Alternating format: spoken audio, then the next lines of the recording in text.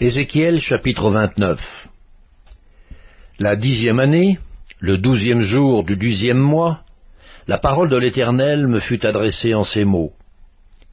Fils de l'homme, tourne ta face vers Pharaon, roi d'Égypte, et prophétise contre lui et contre toute l'Égypte.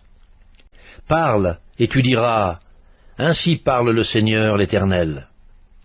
Voici, j'en veux à toi, Pharaon, roi d'Égypte, grand crocodile qui te couche au milieu de tes fleuves, et qui dit, mon fleuve est à moi, c'est moi qui l'ai fait. Je mettrai une boucle à tes mâchoires, j'attacherai à tes écailles les poissons de tes fleuves, et je te tirerai du milieu de tes fleuves, avec tous les poissons qui s'y trouvent, et qui seront attachés à tes écailles. Je te jetterai dans le désert, toi et tous les poissons de tes fleuves.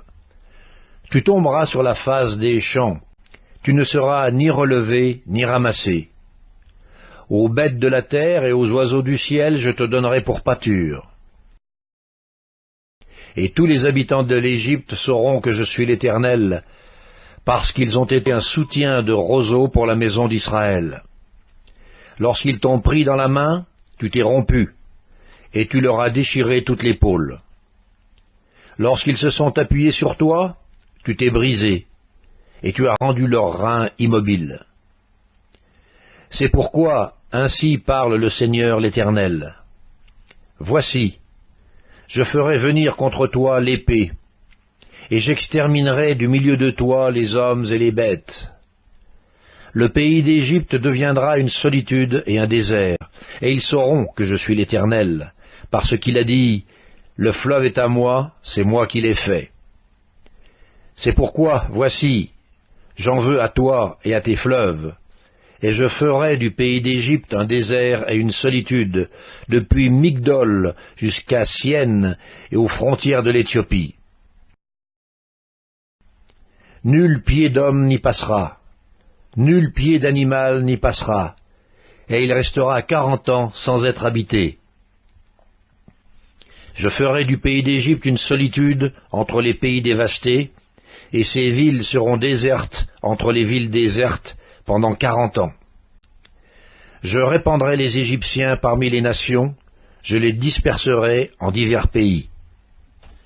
Ainsi parle le Seigneur l'Éternel.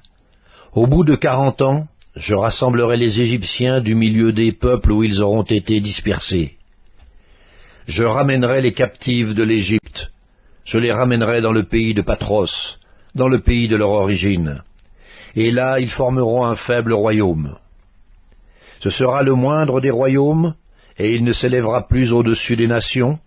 Je les diminuerai, afin qu'ils ne dominent pas sur les nations. Ce royaume ne sera plus pour la maison d'Israël un sujet de confiance.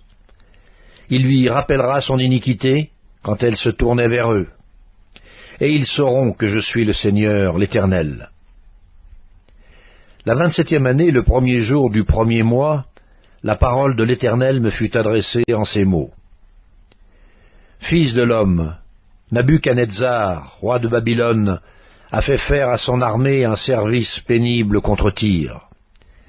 Toutes les têtes sont chauves, toutes les épaules sont écorchées, et il n'a retiré de Tyr aucun salaire, ni lui, ni son armée, pour le service qu'il a fait contre elle. C'est pourquoi ainsi parle le Seigneur l'Éternel. Voici, je donne à Nebuchadnezzar, roi de Babylone, le pays d'Égypte. Il en emportera les richesses, il en prendra les dépouilles, il en pillera le butin. Ce sera un salaire pour son armée. Pour prix du service qu'il a fait contre Tyr, je lui donne le pays d'Égypte, car ils ont travaillé pour moi, dit le Seigneur l'Éternel. En ce jour-là, je donnerai de la force à la maison d'Israël, et je t'ouvrirai la bouche au milieu d'eux, et ils sauront que je suis l'Éternel.